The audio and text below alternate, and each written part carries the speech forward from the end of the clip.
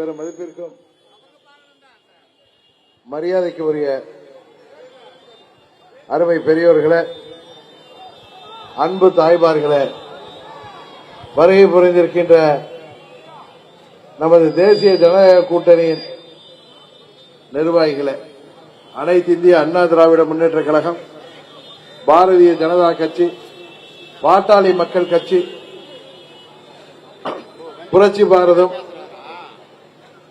தமிழ் மாநில காங்கிரஸ், அம்மா மக்கள் முன்னேற்ற கழகம் ஆகிய கூட்டணி கட்சிகளைச் சேர்ந்த நிர்வாகிகளே, செயல் வீரர்களே, வீராங்கனைகளே, உங்களது வெற்றி சின்னம் குக்கர் சின்னம் என்பதை மறந்து விடாதீர்கள். இந்த முறை உங்கள் வீட்டு பிள்ளையாகிய அன்பு சகோதரர் செந்தமிழன் அவர்கள் குக்கர் சின்னத்திலே போட்டியிடுகிறார். அவரை வெற்றி பெறச் செய்வதன் மூலம் தமிழ்நாட்டில் ஆட்சி மாற்றத்தை உருவாக்குவதற்கு நீங்கள் உதவி செய்ய வேண்டும். இன்றைக்கு தமிழ்நாட்டில் சட்டம் ஒழுங்கு இருக்கா இல்லையா என்பதே தெரியவில்லை. வீட்டிலிருந்து வெளியில போறவங்க யாருக்குமே பாதுகாப்பு இல்லை. எதையும் தட்டி கேட்டால் கொலை. அரசு ஊழியர்கள் சமூக விரோத செயல்களை தட்டி கேட்டால், கனிம வள கொள்ளையை தட்டி கேட்டால் கொலை. சமூக ஆர்வலர்கள் மக்களுக்கு எதிரான செயல்களை தட்டி கேட்டால் கொலை செய்யப்படுகிறார்கள். இன்னும் சொல்ல போனால் காவல்துறைக்கே இன்றைக்கு பாதுகாப்பு இல்லாத சூழ்நிலை தான் தமிழ்நாட்டிலே இருந்து கொண்டிருக்கிறது. காரணம் இந்த திமுக ஆட்சி. திமுக ஆட்சிக்கு வந்தாலே சரி, பல சார்கள் கிளம்பி விடுவாங்க. உங்களுக்கு தெரியும். ஏன்னா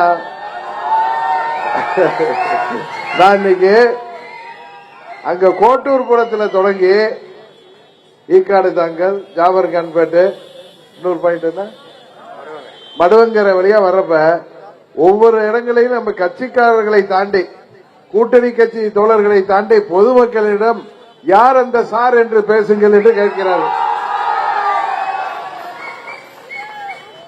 சைதாப்பேட்டை தொகுதியைச் சேர்ந்த பொதுமக்கள், பெரியோர்களும் தாய்மார்களும் என்னிடம் யார் அந்த சார், அதை பத்தி பேசுங்க. ஞானசேகரன் போன்ல பேசினாரு, அந்த சார் யாரு? அவர் வீட்டில் போய் பிரியாணி சாப்பிட்டாரு, அந்த சார் யாரு? அந்த சாரு என்ன சொல்றாரு? தமிழ்நாட்டில் கஞ்சாவே விளைவிக்கலங்கிறாரு. ஸ்டாலின் ஹாஸ்பிட்டல்ல 2 அடிக்கு கஞ்சா செடிய ஊடகங்கள் வெளியிடுது. நாங்க வெளியில ஊடகங்கள். அவர் சொல்றார், மருத்துவத்துறை சிறப்பாக இருக்கிறது, அமெரிக்காவை விட சிறந்த மருத்துவம் இங்க அரசு மருத்துவமனையில் கிடைக்குது. அன்னைக்கு தொலைக்காட்சியில பாக்குற ஒரு துப்புரவு தொழிலாளி செல்போன் லைட் வெளிச்சத்தில் அங்க யாருக்கோ அறுவை சிகிச்சை செய்து கொண்டிருக்கிறார் நினைக்கிறேன். இதுதான் இன்னைக்கு தமிழ்நாட்டில் மருத்துவத்துறை நிலைமை. ஆனா இந்த ஹெல்த் மினிஸ்டர் பெல்ட்டை தான் கவனிக்கிறாரே தவிர யாருடைய ஹெல்த்தையும் கவனிக்கிறாரான்னு யாருக்கும் தெரியல. நானும் பொறுமையா முதல் பாயிண்ட்ல இருந்து வேற ஏதோ பேசினேன். அந்த ஞானசேகரன் சப்ஜெக்ட நான் ரொம்ப பேசல, ஏன்னா எல்லாருக்கும் அது தெரிஞ்ச விஷயம் தானே. ஆனா சாலையில பாக்கிறேன், நான் கிளாஸ் இறங்கி விட்டு தானே வர்றப்ப எங்க பார்த்தாலும் பெண்களும் சகோதரர்களும் என்கிட்ட கேட்கறது, யார் அந்த சாரை கண்டுபிடிச்சு கொடுங்க. உறுதியாக அண்ணன் இபிஎஸ் அவர்கள் தலைமையில் ஆட்சி மாற்றம் வரப்போகிறது. தமிழ்நாட்டில் சட்டம் ஒழுங்கு பராமரிக்கப்படுகின்ற ஆட்சி. அம்மா ஆட்சியில் இதெல்லாம் நடக்குமா? எவனாவது கஞ்சா விற்க முடியுமா? ஹெராயின் யாராவது வச்சிருந்தானா சுட்டே கொண்டு போடுவாங்க. அம்மா தெரியும் உங்களுக்கு, உண்மையா இல்லையா? ரவுடிகள்லாம் தமிழ்நாட்டிலே இருக்க பயந்துட்டு எங்கெங்க ஓடி போடுவாங்க. அப்படி ஒரு இரும்பு பெண்மணியின் வழி வந்தவர்கள் நாங்கள். எங்களுக்குள்ளார பங்காளி சண்டையினால பிரிஞ்சு கிடந்தோம். இடையில ஊரு 2 பத்தா யாருக்கோ கொண்டாட்டம் சொல்லுவாங்களா, அது மாதிரி திமுக ஆட்சிக்கு வந்துட்டு இன்றைக்கு நாங்கள் எல்லாம் எங்கள் கருத்து வேறுபாடுகளை மறந்துவிட்டு ஒன்றாகிவிட்டோம். அதன் எடுத்துக்காட்டு தான் இங்க சைதாப்பேட்டையில அதிமுக கூட்டணியின் வெற்றி வேட்பாளராக அருமை சகோதரர் செந்தமிழன் போட்டியிடுகிறார். அவரும் அமைச்சராக இருந்தார் நீங்க தேர்ந்தெடுத்து. அவர் 2006 சட்டமன்ற உறுப்பினர் அவங்களால் தேர்ந்தெடுக்கப்பட்டவர். அம்மா அவர்கள் காலத்தில் 11 சட்டமன்ற உறுப்பினர் இருந்தார், சில காலம் அமைச்சராக கூட இருந்தார். அவர் இது மாதிரி சாரும் மோர் விவகாரத்தில் ஏதாவது கேள்விப்பட்டிருக்கீங்களா? இன்னைக்கு சமூக விரோத செயலில் ஈடுபடுறவங்க யாருன்னா எல்லாரும் அண்ணன் மா சுப்பிரமணியனுக்கு வேண்டியவங்களா தான் இருக்காங்க. ஏன்னா நமக்கு தனிப்பட்ட விரோதம்லாம் கிடையாது. எனக்கு நண்பர் தான் அவரு. நான் சட்டமன்ற உறுப்பினராக இருந்தப்ப, ஆர்கே நகர் உறுப்பினராக இருந்தப்ப அங்க பாப்பேன். ஆனா இவ்வளவு பெரிய கில்லாடியா இருப்பாருன்னு எனக்கு தெரியல. இன்னைக்கு மெட்ராஸ்ல மழை பெஞ்சா நம்மளுக்கு எல்லாம் பயம், எங்க சாலைகள்ல தண்ணி ஏறுமோ, வீட்டுக்கு தண்ணி.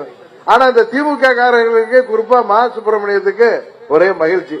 ஏன்னா காரணம், அவங்களுக்கு வளம் கொளிக்கிற நேரமே சென்னையில மழை பொழிகிற நேரம் தான். இந்த மழைக்கே இன்னைக்கு சந்து பொந்தெல்லாம் தண்ணி நிக்குது.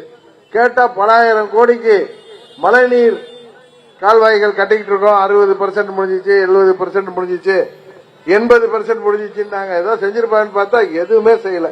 எல்லாம் போக வேண்டிய இடத்துக்கு போயிருக்கு.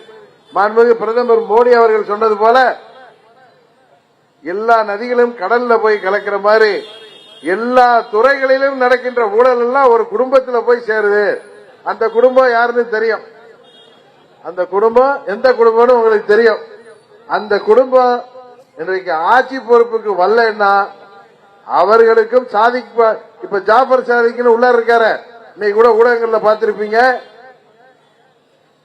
2000 கோடிக்கு மேல் போதை மருந்து கிடைத்த கேட்டா யாருன்னு பார்த்தா திமுக நிர்வாகி. முதலமைச்சர் ஏதோ ஒண்ணு சொன்னாரு. அவர் எங்கள் முன்னாள் நிர்வாகினார், அடுத்து அனுதாபின்ட்டார். இந்த ஞானசேகரன் உலக புகழ் பெற்றார அந்த அண்ணா யூனிவர்சிட்டி பாலியல் வன்கொடுமை வழக்கில் ஒரு சகோதரியை கொடுமைப்படுத்தி சீரழித்த விவகாரத்தில் கைது செய்யப்பட்டிருக்கிற ஞானசேகரன் யாருன்னு பார்த்தா மா சுப்பிரமணியத்தோட அவர் வீட்டில் போய் பிரியாணி சாப்பிடுற அளவுக்கு உறவுன்னா அது என்ன உறவுன்னு தெரியலங்க. அது அவர் இங்க வந்தாருன்னா கேட்டு சொல்லுங்க நீங்க அவசியம்.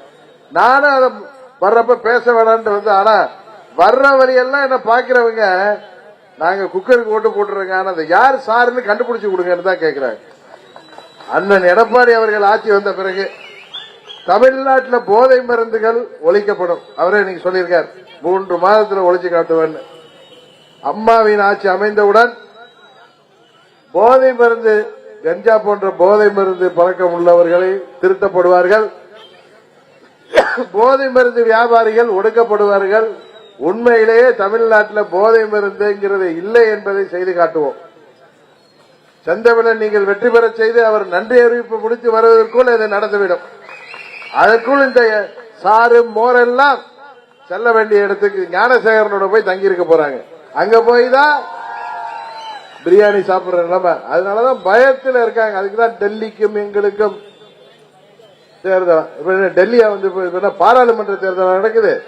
மோடி அவர்கள் சைதாப்பேட்டில் போட்டிடுறாரா இல்ல குளத்தூர்ல போட்டிடுறாரா? சும்மா உங்களை எல்லாம் ஏமாத்துறது. டெல்லியோட சுமூகமா இல்லைங்கிறதுனாலதான் தமிழ்நாட்டுக்கு எவ்வளவு கஷ்டம். அவர்கள் நிதி கொடுக்க தயாராக இருந்தாலும் இவங்க வாங்க தயாரா இல்ல. ஸ்மார்ட் சிட்டி திட்டத்தில் முறைகேடு, மத்திய அரசு 100 நாள் வேலை வாய்ப்பு திட்டத்தில் அதுல முறைகேடு.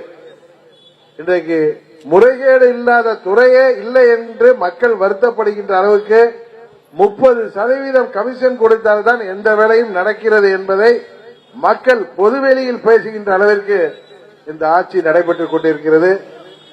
இதற்கு நீங்கள் ஒரு முடிவு கட்ட வேண்டும். தமிழ்நாட்டில் மக்களாட்சி.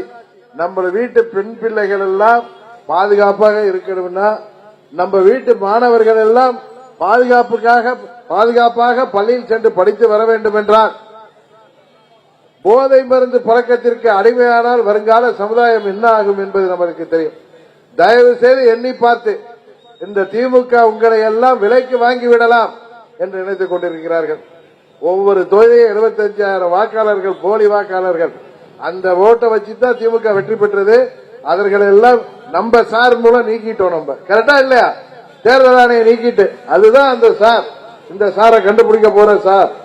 அதனாலதான் சொல்றேன், இந்த தேர்தலில் உறுதியாக மக்கள் ஆதரவோடு வெற்றி பெறப் போகிறவர் நமது தேசிய ஜனநாயக கூட்டணி வெற்றி வேட்பாளர் அன்பு சகோதரர் செந்தமிழன். அவருக்கு வாக்களிக்க வேண்டிய வெற்றி சின்னம் குக்கர் சின்னம் என்று சொல்லி விடைபெறுகிறேன். நன்றி, வணக்கம்.